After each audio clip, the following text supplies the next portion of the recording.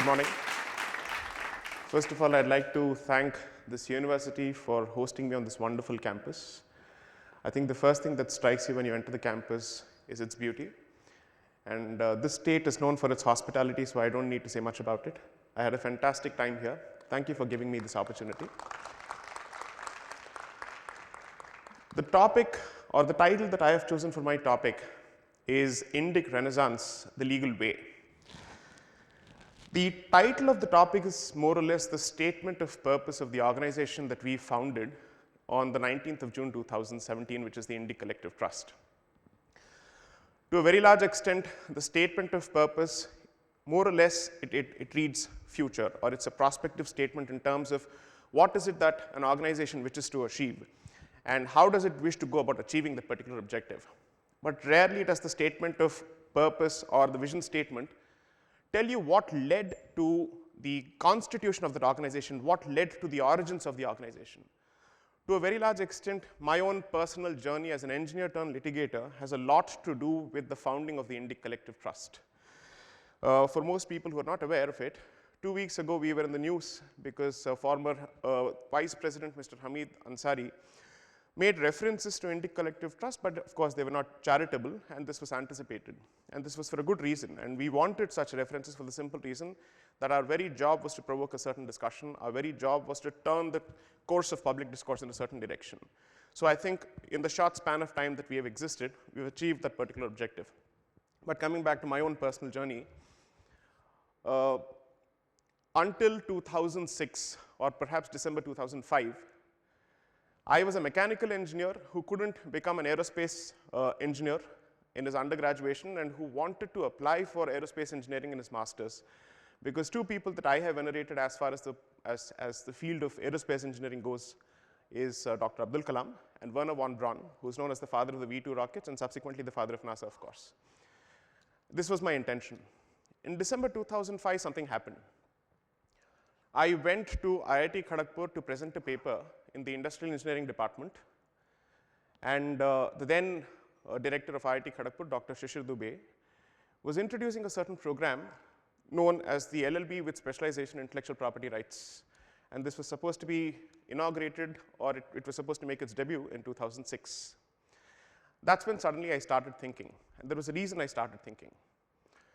While I did opt for engineering out of choice, while I became an engineer out of choice, I realized that I wanted to be in a profession that allows me to comment on public discourse with intelligence, with information, and with the tools I need to make an impact.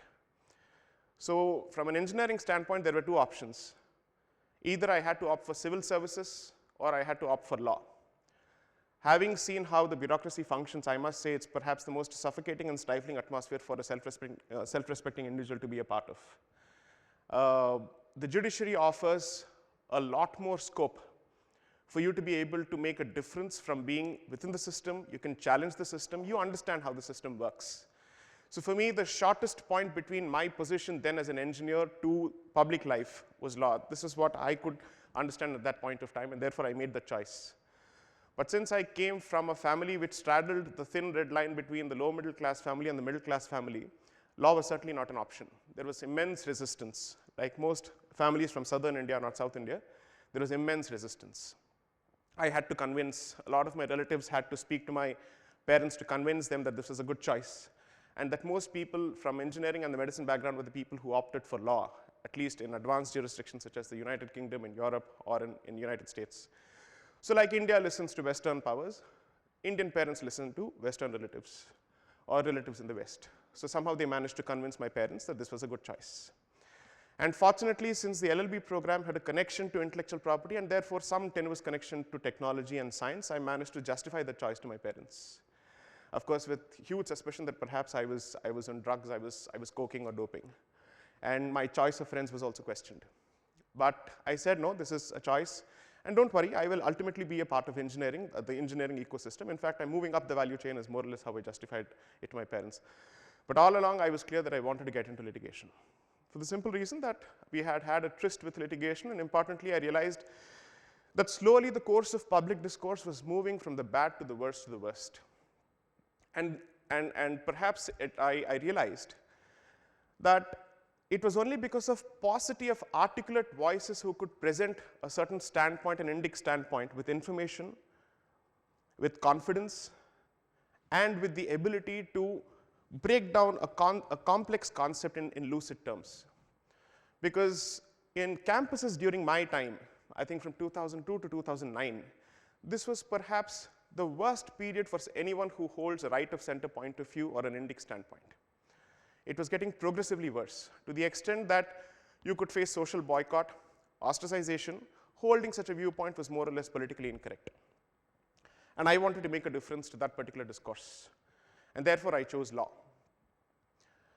The other reason that I chose law is I realized that when you try and make an argument in a court of law, you have to marshal facts, you have to apply it within a certain legal framework, and you have to make this case within a span of about 20 to 25 minutes. That's more or less the attention span, or that's more or less the time that you get in a court of law. And if I have to do all of this, I need to be absolutely sure of how the system functions. I need to be sure of how the subject functions. I need to be sure of what I want. And therefore, the training as a lawyer more or less changed my internal wiring as an engineer. And I can say this with a certain amount of responsibility, that most engineers come with a huge ego, or most engineers or people from the science stream come with a huge ego, that perhaps their IQ levels are better.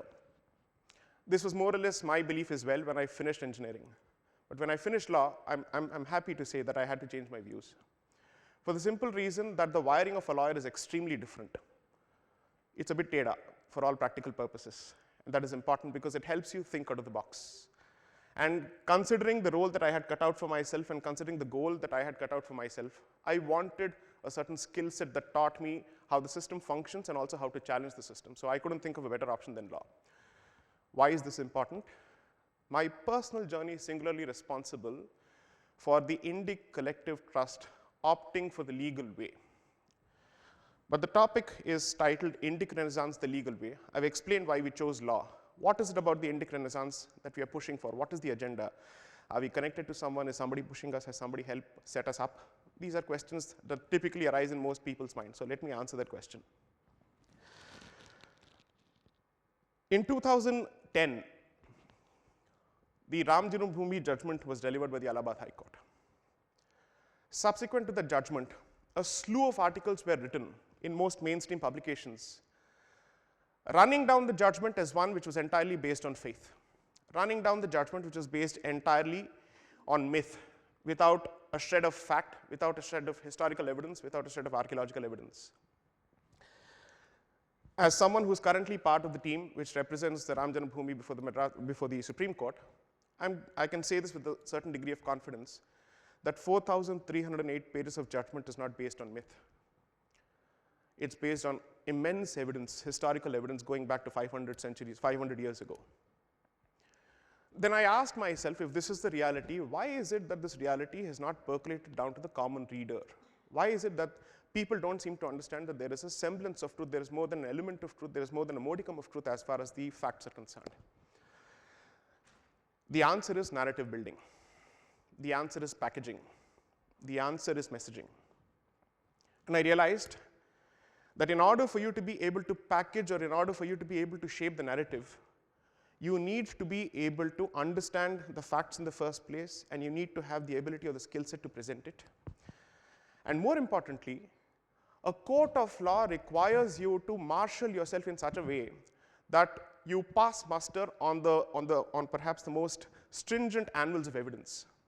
Therefore, if today I have to make a statement that there was indeed a temple there, and that there was indeed a place of worship which is associated with a certain community, and it has been there for at least 800 years, I at least have a judgment to support me.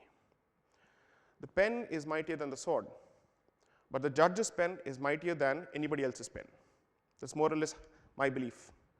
Therefore, I decided that if we have to make a difference to the manner in which public discourse is conducted, then the only way of going about it is to adopt the legal approach.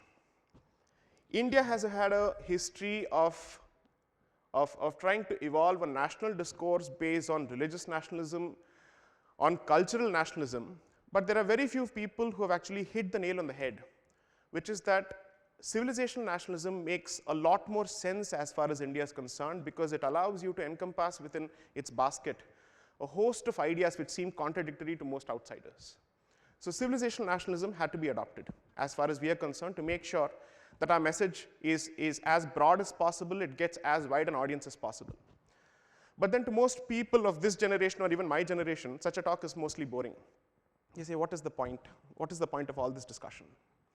Therefore, this concept or this complex idea of civilizational nationalism had to be packaged in an idiom that most people understand today, which is secularism, democracy, constitution, free speech.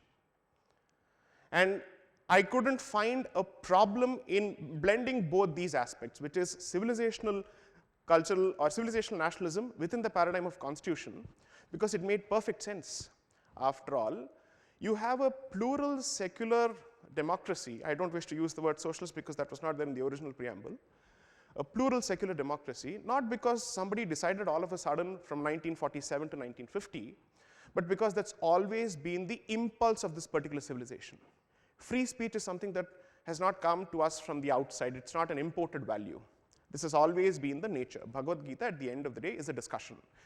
It is, at the end of the day, a question and answer session running to several thousand verses in hot summer. So as far as I'm concerned, these values were something that we need not be taught from anybody else. So I just wanted to make a point to the audience or to the general public that the Indic worldview or the Indic standpoint is perhaps the most harmonious standpoint within the constitutional framework, simply because it allows for divergent cultures, it allows for diverse points of view, and also it allows all these people to coexist without any particular point of view trying to suppress the other or trying to eliminate the other, saying mine is the only way, it's my way or the highway, and salvation to the heaven is only through me. That's something that we don't subscribe to, that's something that we don't necessarily encourage or promote. This is something that I wanted to package. The other thing that I realized was this. At least in my generation, we witnessed the rise of certain news channels which drew a certain vicarious pleasure in banding and in branding the Indic world point, or branding the Indic worldview. And we realized that they did so in a very systematic manner by presenting the most inarticulate of voices in a particular debate, wherein you come across as someone who represents a boorish standpoint, wherein you represent someone who comes across as holding an authoritarian viewpoint. This had to be changed. And this means it was important for us to try and revive our tradition of intellectual discourse, of the power of argumentation. And I couldn't see a better way of going about it than reviving that tradition through the Indic collective trust, through an argument made in law. So let me give you 3 examples. There is a case that's going on before the Supreme Court with respect to the right of women to enter the Sabrimala temple. It's easy to dumb down this entire discourse to women versus temples, or to patriarchy versus temples, or to stigma associated with a certain process, with a certain physiological process. But the fact of the matter is nobody has dug deep into this particular issue. Very few people have bothered to ask themselves, what is the legal manner or what is the legal framework that applies to this particular question? So given my training as a lawyer, we decided as the Indic Collective Trust to approach the Supreme Court to present our point of view, combining tradition and constitution, to explain that the point of view here is not one versus the other, but it requires a balance to be struck between the rights of a certain religious institution and the rights of a certain gender. Both of them have equal rights under the law, because both of them have fundamental rights. Religious institutions have fundamental rights, so do women have fundamental rights. So therefore, it was fundamentally a question of striking a balance between 2 sets of competing rights. If this discussion were to happen on television, my hunch is that in 9 out of 10 situations, most people would not be interested in such a nuanced discussion. That is the nature of the news cycle, that is the nature of a television discussion. And I say this with first-hand experience of having taken part in such a discussion on NDTV, where I realized that when I tried to make this point of view, and I clearly said that you have to discuss both, and you have to try and understand how do you balance one right over the other or one interest over the other, that point of view never found traction at all. The problem is not that people are not willing to understand it. I don't think there is a problem with the intelligence of the mass. I don't think there is a problem with the intelligence or the IQ of people in general. But the problem is with the people who are interested in pushing a certain agenda. And that's one of the reasons that we decided to come out with an institutional response. And that institutional response took the shape of the Indic Collective Trust. As on date, we have about 3 or 4 pet peeves which are close to our heart and which we are in the process of pursuing in a constitutional manner.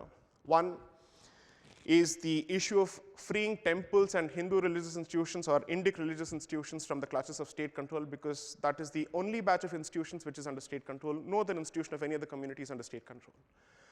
For people who spout and spew or pontificate on secularism and separation of the church from the state or separation of a religious institution from the state, it is surprising that these institutions are under state control. At least for the better part of the southern institutions in most of the 5 southern states, they are under state control. At least in one state, 39,000 religious institutions in Tamil Nadu are under state control, and they have been since 1927. So that is one issue that we have chosen to focus on. The second issue that we have chosen to focus on is a sensitive issue of demographic inversion. A sensitive issue which requires us to take cognizance of illegal immigration, which is happening in the Northeast and all parts of the country, which has been happening since the 1950s, and the third wave of immigration that's happening currently through the Rohingya crisis. Now, most people would want to approach this issue from a humanitarian standpoint, because as Indians, we have naturally bleeding hearts. And we would want to take out a candle march, perhaps to India Gate or Jantar Mantar. But then the issue is broader, the issue is larger. You have to ask yourself certain questions. Are you a human first? Fine. Being a human, does it divorce you from your responsibility as an Indian?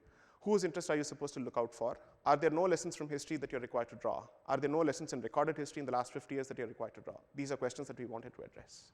So that's the second aspect. The third aspect that we have decided to focus on is recalibrating the Right to Education Act. Unfortunately or fortunately, that legislation is couched in a certain manner, which makes anyone who questions that legislation or its premise sound like an elitist bigot. Therefore, we wanted to address this in as articulate a manner as possible, in as nuanced a manner as possible, because the Right to Education Act targets only institutions of a certain community or a certain group, and casts the onus entirely on one particular community to take the responsibility of educating everyone. So these are the issues that we've chosen to focus. In the last 1 year of our constitution or 1 year of our existence, we have achieved a fair amount of success. But the goal is not just legal success in a legal forum. The idea is to inculcate within youngsters the ability to understand diverse standpoints and not just flow with the narrative like a blind herd of sheep or a blind flock of sheep. And importantly, inculcate among themselves an ability to ask the right questions, the ability to research further, and especially as far as lawyers are concerned, apply all these arguments primarily as a lawyer within the framework of the law, as opposed to being swayed by activist notions. So this is more or less the journey that we have traversed so far, and we hope that in the coming years, we will change the narrative where today our oppressors are lionized and we are Zionized. Hopefully that should not be the case in the next 15 years. Thank you.